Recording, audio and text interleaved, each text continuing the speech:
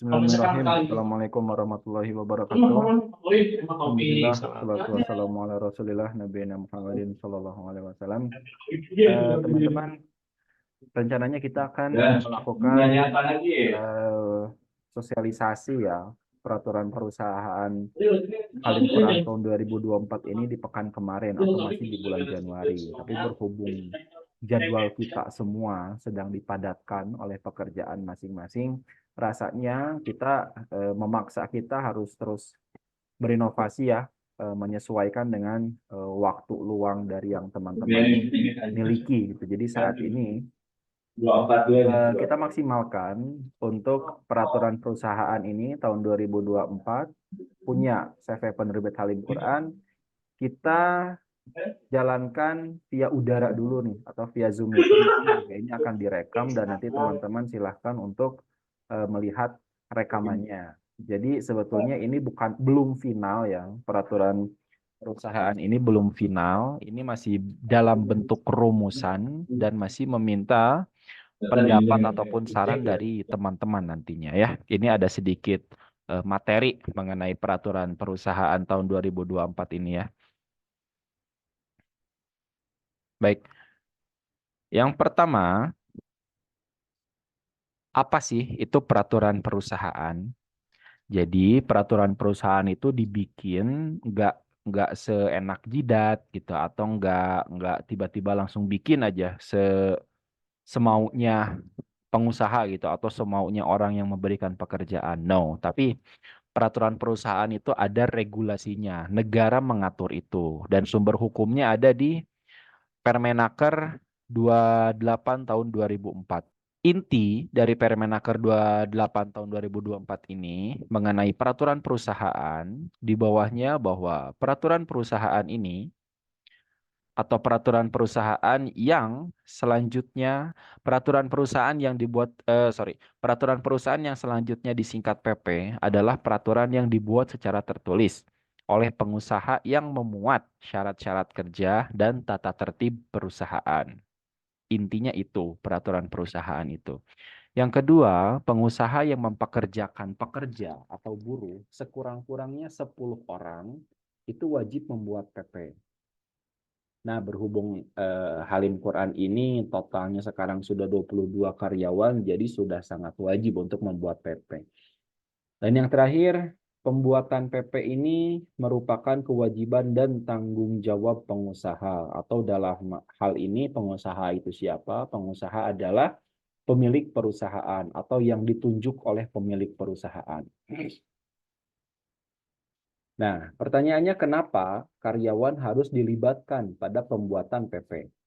Dalam Permen itu juga mengatur, Permen tadi ya, tentang peraturan perusahaan, PP sebagaimana dimaksud dalam pasal 2 dibuat dan disusun oleh pengusaha dengan memperhatikan saran dan pertimbangan dari wakil pekerja atau buruh di perusahaan yang bersangkutan. Jadi maksud kita untuk menyampaikan rumusan peraturan perusahaan ini karena kita juga memperhatikan saran dan pertimbangan dari teman-teman semua. Memang bagusnya ada wakil ya. Nah, untuk wakil ini sudah kita tunjuk ya para head dan para lead di Halim Quran ini untuk menjadi wakil untuk nanti penyampai saran dan untuk mempertimbangkan baik per bab ataupun per pasal nantinya. Terus wakil pekerja atau buruh, sebagaimana dimaksud pada ayat 1, maksudnya sebagaimana dimaksud yang di atas ya, dapat tidak memberikan saran dan pertimbangan terhadap PP yang diajukan pengusaha. Jadi wakil ya atau para head dan lead juga berhak untuk tidak menyampaikan saran atau tidak menyampaikan pertimbangan terhadap PP. Dan yang terakhir, saran dan pertimbangan sebagaimana dimaksud pada ayat 1 tidak dapat diperselisihkan. Jadi kita bahas dan kita cari jalan keluarnya tentunya yang sesuai dengan peraturan perundang-undangan yang berlaku. Berikutnya, kenapa sih HR itu berwenang untuk membuat atau merumuskan peraturan perusahaan? Dari sekian fungsi pekerjaan di HR ya, mulai dari rekrutmen sampai kepada payroll dan masih banyak lain dan atau lain-lainnya, HR ini memiliki satu fungsi namanya hubungan industrial, teman-teman. Dan peraturan perusahaan itu masuk ke dalam bagian hubungan industrial atau hubungan antara pemilik perusahaan dengan para pekerja. Itu disebut hubungan industrial. Nah, apa sih yang berbeda dari sebelumnya? Kita tahun 2022 juga punya peraturan perusahaan. Kok sekarang diperbarui gitu? Nah, apa sih yang baru? Yang pasti yang barunya itu yang pertama adalah ada pembaharuan format di peraturan perusahaan ini. Yang keduanya ada penyesuaian sektor industri karena yang sebelumnya itu terlalu general untuk peraturan perusahaannya. Sekarang dibuat agak mendetail ya. Dan salah satunya yang baru itu di hubungan kerja. Ada masa percobaan, ada penerimaan kembali karyawan, dan masih banyak lagi poin-poin yang akan dibahas nanti di rumusan peraturan perusahaan yang baru. Nah, pastinya ada tujuan ya. Dan apa sih tujuan dan harapan dari diberlakukannya PP ini?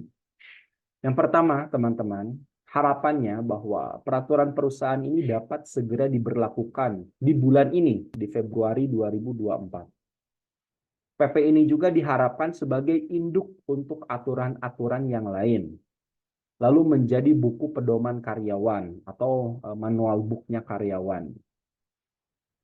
Terus PP juga dibuat sebagai bentuk ketaatan dan kepatuhan kita kepada negara atau kepada ulil amri ya. Lalu menjamin hak dan kewajiban antara pengusaha dan pekerja. Dan yang terakhir, terciptanya hubungan industrial yang harmonis, kondusif, dan berkeadilan. Itu tujuan dan harapan dari kita diberlakukannya peraturan perusahaan. Baik, teman-teman, kita lanjut share ya. Sebentar. Ini saya share peraturan perusahaannya. Jadi nanti silakan teman-teman untuk review ya.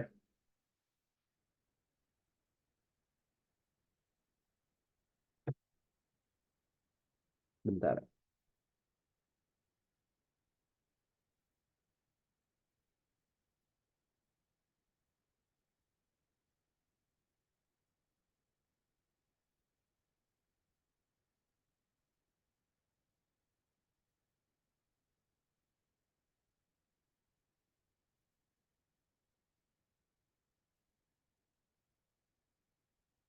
Nah, baik, Insan Halim. Berikut adalah draft atau rumusan peraturan perusahaan penerbit Halim Quran tahun 2024. Untuk formatnya sama seperti yang sebelum-sebelumnya, ada pendahuluan. Nanti ini saya share ke email masing-masing, jadi silahkan nanti untuk cek sendiri ya di emailnya masing-masing. Nah, ada 3 sasaran pokok dari dibuatnya peraturan perusahaan ini. Kalau yang tadi kita bahas itu ada tujuan dan harapan, di sini ada 3 sasaran pokok. Yang pertama, mempertegas dan memperjelas hak dan kewajiban perusahaan dan karyawan. Yang kedua, untuk lebih menjamin kepastian hak dan kewajiban perusahaan dan karyawan.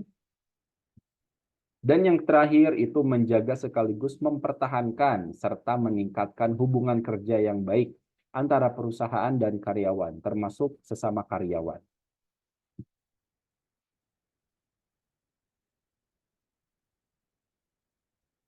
Nah, berikut daftar isinya, nanti juga teman-teman silakan boleh baca. Bab satunya itu bab umum, bab duanya ada bab mengenai hubungan kerja, bab tiganya ini ada waktu kerja dan istirahat, bab empatnya pengupahan, bab limanya ini jamsos, bab keenamnya tatib, bab ketujuhnya sanksi-sanksi, bab ke-8 PHK, bab ke-9 tata cara penyelesaian keluhan atau masalah, dan bab 10 atau bab terakhir itu penutup. Untuk bab pertama ini umum.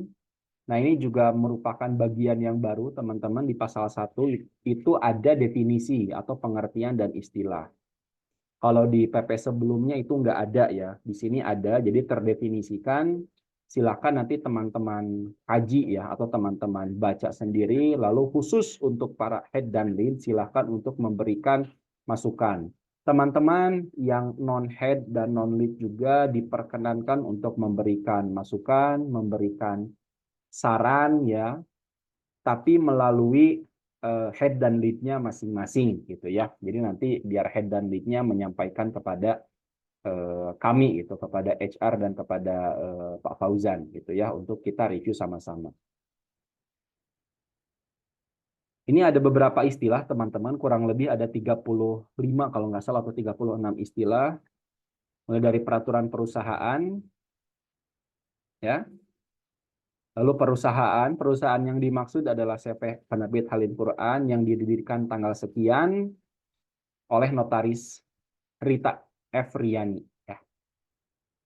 Lalu pengusaha itu siapa? Pengusaha adalah pemilik perusahaan atau direksi atau pejabat dalam struktur organisasi perusahaan yang diberi kuasa untuk mengelola jalannya perusahaan dan melakukan tindakan-tindakan atau untuk nama pemilik perusahaan. Untuk atau atas nama pemilik perusahaan. Itu yang disebut oleh pengusaha ya. Lalu ada karyawan. Karyawan itu adalah setiap orang yang diterima bekerja dan menerima upah atau gaji dalam bentuk lain setiap bulannya berdasarkan ikatan hubungan kerja dengan perusahaan sebagaimana diatur dalam peraturan perundang-undangan yang berlaku. Ada PKWT, PKWTT, karyawan masa percobaan, dan lain-lain. Ini nanti silakan teman-teman pelajari sendiri ya untuk rumusan peraturan perusahaannya.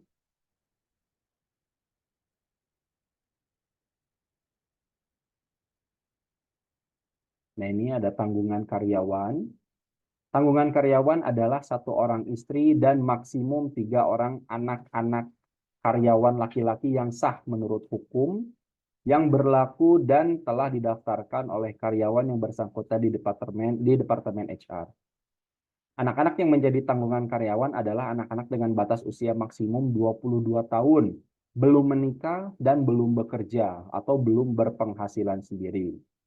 Pengecualian diberikan kepada anak-anak karyawan yang masih menyelesaikan pendidikannya di perguruan tinggi atau masuk kuliah nih, dengan batas usia maksimum 25 tahun.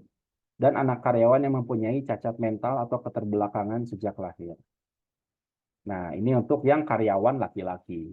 Untuk karyawan perempuan dianggap tidak mempunyai tanggungan, kecuali karyawan tersebut adalah seorang janda atau suaminya memiliki cacat dan tidak mampu bekerja dengan bukti yang sah dari pihak yang berwenang. Ibaratnya single fighter lah si karyawati ini ya.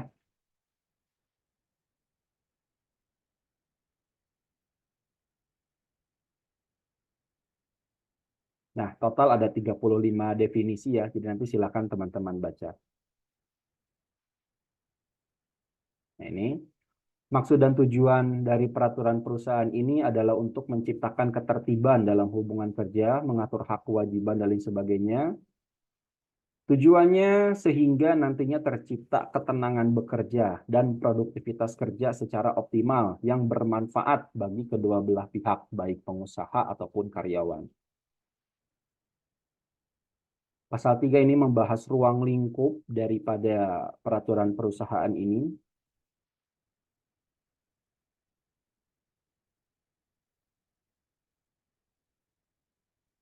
Nah, PP ini mengatur masalah yang bersifat umum atau yang bersifat general.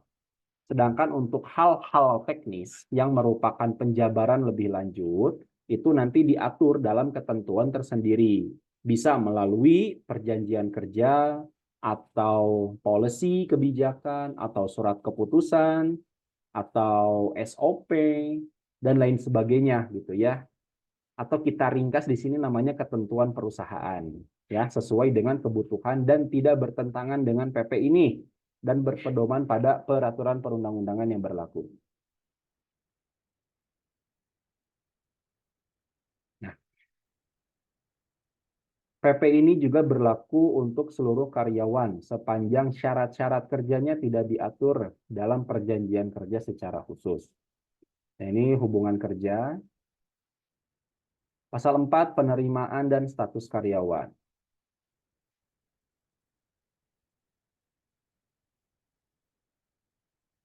Perusahaan memiliki hak dan wewenang penuh dalam menentukan dan mengatur persyaratan penerimaan karyawan, serta memilih calon karyawan untuk diterima menjadi karyawan melalui proses seleksi yang ditentukan oleh perusahaan. Pada intinya kita menganut prinsip kesetaraan, teman-teman. Semua juga harus mendapatkan kesempatan kerja yang sama, yang setara ya kepada semua calon karyawan. Dan penerimaan juga tidak didasarkan atas status, kelompok, ataupun golongan ya, agama, jenis kelamin, etnis, dan asal-usul tertentu. Namun karena kita ini khusus di bidang agama ya, apalagi kita penerbit Al-Quran, jadi jelas agama merupakan pertimbangan untuk di industri kita.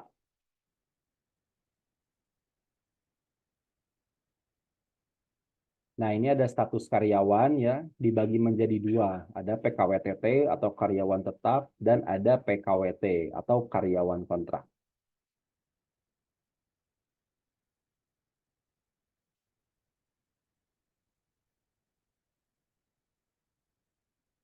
Jadi silakan nanti teman-teman juga baca untuk di yang pasal 4 ini ya. Nah, ini juga salah satu yang baru ya, syarat umum penerimaan karyawan. Yang pertama yang pasti WNI, sehat jasmani maupun rohani, tidak mengidap penyakit gangguan kejiwaan, dan itu pun harus dibuktikan dengan surat keterangan sehat. Ya. Yang keduanya, ini ada beberapa syarat. Karyawan yang diterima bekerja harus memenuhi kriteria dan persyaratan yang ditentukan oleh perusahaan. Antara lain, laki-laki atau perempuan berusia 18 tahun atau lebih, beragama Islam, mampu membaca Al-Quran, memenuhi persyaratan umum jabatan. Nah, ini sifatnya lebih kepada teknis kompetensi yang dimiliki oleh calon karyawan. Antara lain keterampilan, pengalaman, pengetahuan, dan latar belakang pendidikan yang sesuai, dan atau persyaratan khusus yang ditentukan untuk jabatan atau pekerjaan tertentu. Lalu yang berikutnya, dia juga harus lulus proses seleksi dan melampirkan surat keterangan sehat. Yang G-nya tidak sedang terikat dalam hubungan kerja dengan perusahaan lain, atau lembaga atau instansi lain, atau terlibat tindak pidana. Artinya aman, clear ya. Yang ketiga, menyerahkan dokumen-dokumen yang disyaratkan. Mulai dari surat lamaran kerja sampai surat-surat lain yang diperlukan serta dipandang perlu oleh perusahaan. Ini silakan teman-teman pelajari juga ya. Nah, ini pasal 6, teman-teman, masa percobaan ini juga dibahas lebih detail dari SOP dari peraturan perusahaan sebelumnya. Kita mulai baca ya satu persatu.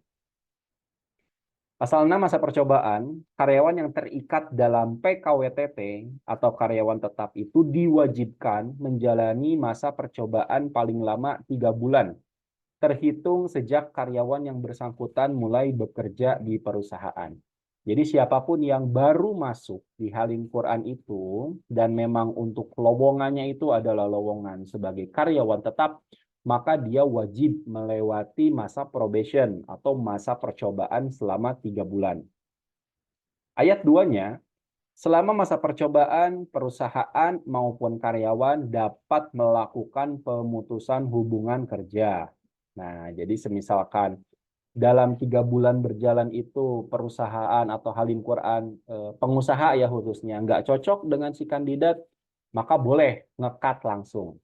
Begitupun si karyawan ketika merasa nggak cocok dengan perusahaannya, entah kulturnya, entah kompensasi yang dia terima, atau apapun itu, boleh juga dengan sepihak langsung untuk tidak melanjutkan masa probationnya. Itu yang dimaksud oleh ayat 2. Yang ketiga, apabila terjadi PHK, PHK itu maksudnya kan teman-teman ada banyak hal ya. Resign juga masuk PHK, pensiun masuk PHK, meninggal dunia itu masuk PHK. Jadi PHK itu bukan dipecat ya, sekali lagi bukan. Apabila terjadi PHK dalam masa percobaan, perusahaan tidak berkewajiban membayar pesangon atau kompensasi dalam bentuk apapun kepada karyawan, kecuali upah kerjanya saja sesuai dengan peraturan perundang-undangan yang berlaku sampai dengan hari terakhir karyawan melakukan pekerjaannya. Yang keempat, selama masa percobaan, atasan langsung dari karyawan wajib melakukan pengawasan dan penilaian, serta kemudian memberikan rekomendasi kepada perusahaan untuk dipergunakan sebagai bahan pertimbangan dalam menentukan status karyawan. Jadi atasan langsung itu mengawasi dan juga memberikan penilaian terhadap si kandidat yang sedang dalam masa percobaan ini. Nah, ini atasan langsung bertanggung jawab terhadap penilaian dan rekomendasi yang diberikan sebagaimana dimaksud dalam ayat 4. Kelalaian tersebut atau kelalaian atasan langsung dalam melakukan pengawasan dan atau penilaian dan atau penyerahan rekomendasi kepada perusahaan, dalam hal ini HR ya, pada waktunya dapat mengakibatkan diberikannya sanksi sesuai PP. Nah, jadi untuk atasan yang lalai nih dalam memberikan penilaian sehingga si karyawan itu kinerjanya mau bagus mau jelek juga kelewat tuh penilaiannya, maka itu bisa mengakibatkan sanksi bagi atasan tersebut. Karyawan yang kompetensinya memerlukan pendidikan dan latihan kerja akan dididik dan dilatih sesuai dengan ketentuan perusahaan, meskipun masih dalam percobaan. Nah, ini ada kalimat ketentuan perusahaan, maksudnya bisa jadi policy, kebijakan, atau SOP, atau SK, dan lain sebagainya ya. Yang keenam, ini penegasannya ayat 6, karyawan atau pengusaha dapat memutuskan secara sepihak pada saat masa percobaan berlangsung tanpa memberikan kompensasi dalam bentuk apapun. Yang ketujuh, karyawan yang berhasil lulus masa percobaan akan ditetapkan sebagai karyawan tetap yang dikukuhkan dengan SK atau surat keputusan yang dikeluarkan oleh perusahaan. Yang kedelapan, karyawan yang tidak lulus masa percobaan wajib diberikan informasi 7 hari sebelum tanggal akan berakhirnya masa percobaan. Jadi informasi itu diberikan H-7 untuk karyawan yang sedang dalam masa percobaan. Misalkan H-7 dia mau beres nih, udah ada informasi dia apakah dilanjutkan atau di stop. Yang kesembilan, pengusaha dapat memberikan perpanjangan masa percobaan kepada karyawan selama maksimal 3 bulan setelah berakhirnya masa percobaan dengan harapan karyawan mampu memperbaiki kinerja. Jadi ini sifatnya kebijaksanaan ya teman-teman, dan juga opsi bisa diberikan, bisa tidak. Jadi kepada karyawan yang dianggap unperform gitu ya di masa percobaannya, maka atas kebijaksanaan pengusaha itu bisa diberikan masa perpanjangan lagi maksimal 3 bulan. Masa percobaan perpanjangan ya. Maksimal 3 bulan. Tapi harapannya itu dia harus perform. Apabila masa perpanjangan masa percobaan telah selesai dan karyawan tersebut masih belum bisa menunjukkan kinerja sesuai harapan pengusaha, maka karyawan tersebut wajib mengundurkan diri atau resign ya. Silakan. Untuk karyawan yang diterima dengan status PKWT atau karyawan dengan status khusus tidak diberlakukan masa percobaan. Untuk karyawan yang kontrak atau karyawan freelance atau magang itu nggak ada masa percobaan ya teman-teman. Nah ini juga yang baru pasal 7 penerimaan kembali karyawan. Ketentuan mengenai penerimaan kembali karyawan yang sebelumnya pernah bekerja di perusahaan diatur sebagai berikut. Jadi ini orang yang pernah resign lalu dia bergabung lagi ke perusahaannya atau bergabung lagi ke Halim Quran. Yang pertama syaratnya karyawan itu harus mengundurkan diri sesuai prosedur dan ketentuan yang berlaku. Yang keduanya pada saat bekerja di perusahaan itu memiliki catatan prestasi kerja dan perilaku yang baik. Itu sebagai syarat ya. Yang ketiganya memiliki keterampilan atau keahlian yang jarang dimiliki oleh karyawan lain di luar perusahaan. Dan keterampilan tersebut sangat dibutuhkan oleh perusahaan. Syarat yang keempat, karyawan sudah mengundurkan diri dari perusahaan dalam kurun waktu lebih dari 12 bulan atau lewat dari setahun. Yang berikutnya berhasil lulus dari proses seleksi yang ditentukan oleh perusahaan. Jadi tetap ada seleksinya juga teman-teman ya. Dan yang paling penting tidak pernah bekerja di perusahaan pesaing atau kompetitor.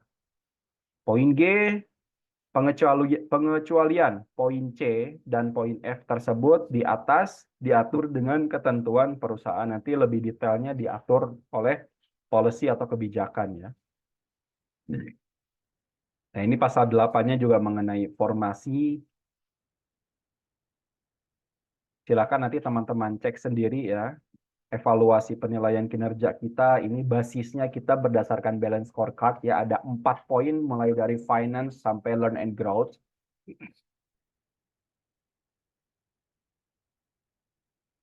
Silakan nanti teman-teman pelajari juga, pasal promosi juga ada disebutkan, demosi, penugasan sementara teman-teman ada juga di sini. Silakan nanti teman-teman cek, apabila ada saran ataupun masukan silakan untuk diberitahukan kepada kami. Untuk selanjutnya kami bisa bahas ya teman-teman. Karena waktu kita singkat, kurang lebih di pekan pertama di bulan Februari ini kita cuma punya waktu kurang lebih sampai hari Rabu ya, tanggal 7. Jadi diharapkan teman-teman nanti bisa ngecek ya peraturan perusahaan ini yang di-share.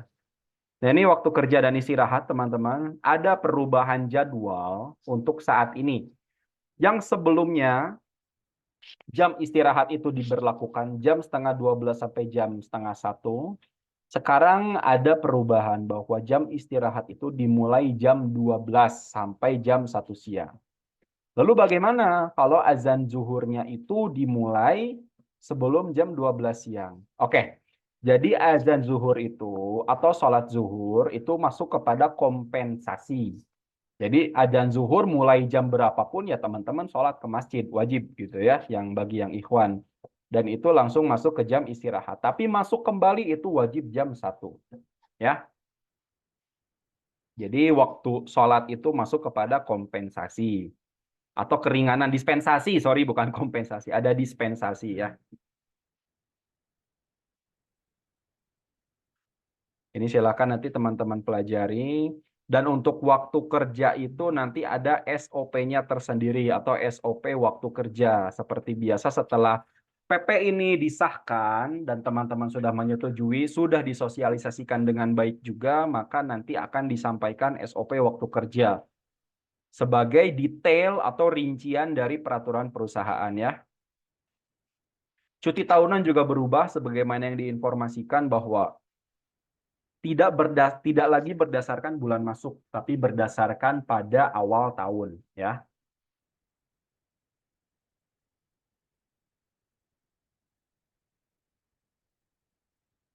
Istirahat sakit dan berkepanjangan. Jadi silakan nanti teman-teman cek saja. Ini izin tidak masuk juga hampir sama sebetulnya dengan yang sebelumnya. Nah, ini pengupahan, dasar-dasar penggajian juga sama, hampir sama dengan yang sebelumnya ya, teman-teman. Jadi silakan untuk teman-teman pelajari.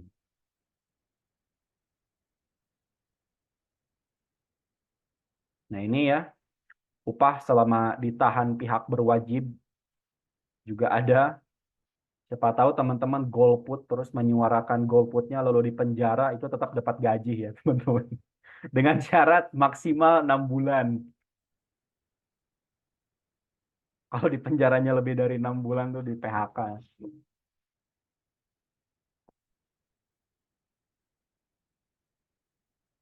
Jaminan sosial dan lain sebagainya juga ada, tunjangan kecelakaan kerja, tunjangan meninggal dunia, apa saja yang ditanggung perusahaan, yaitu berupa kain kafan, biaya penguburan, dan bagi ahli waris diberikan uang pesangon sesuai peraturan perundang-undangan yang berlaku.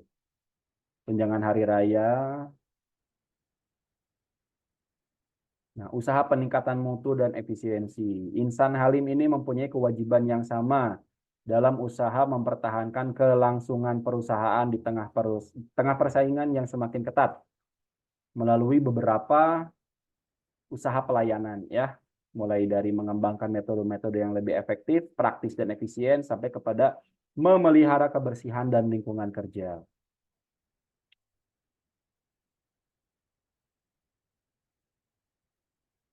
Nah, ini tata tertibnya teman-teman seperti yang tadi ya, terdiri dari salah satunya peraturan perusahaan ini terdiri dari tata tertib. Jadi silakan teman-teman baca sendiri. Tata tertib ini sebagai induk sanksi nantinya. Kalau ada sifat-sifat yang indisipliner itu melihat kembali tata tertibnya ya. Jadi silakan teman-teman baca. Tidak ada perubahan sepertinya dari yang sebelumnya untuk yang tata tertib ini. Jadi silakan teman-teman review kembali ya.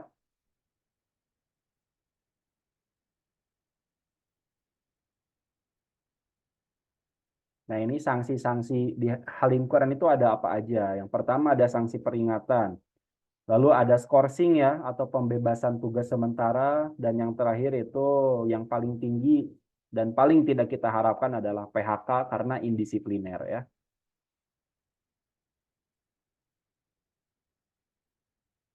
Nah, ini syarat-syaratnya, syarat SP1, syarat SP2, dan syarat SP3 atau SP terakhir ya, atau PHK langsung ini ada.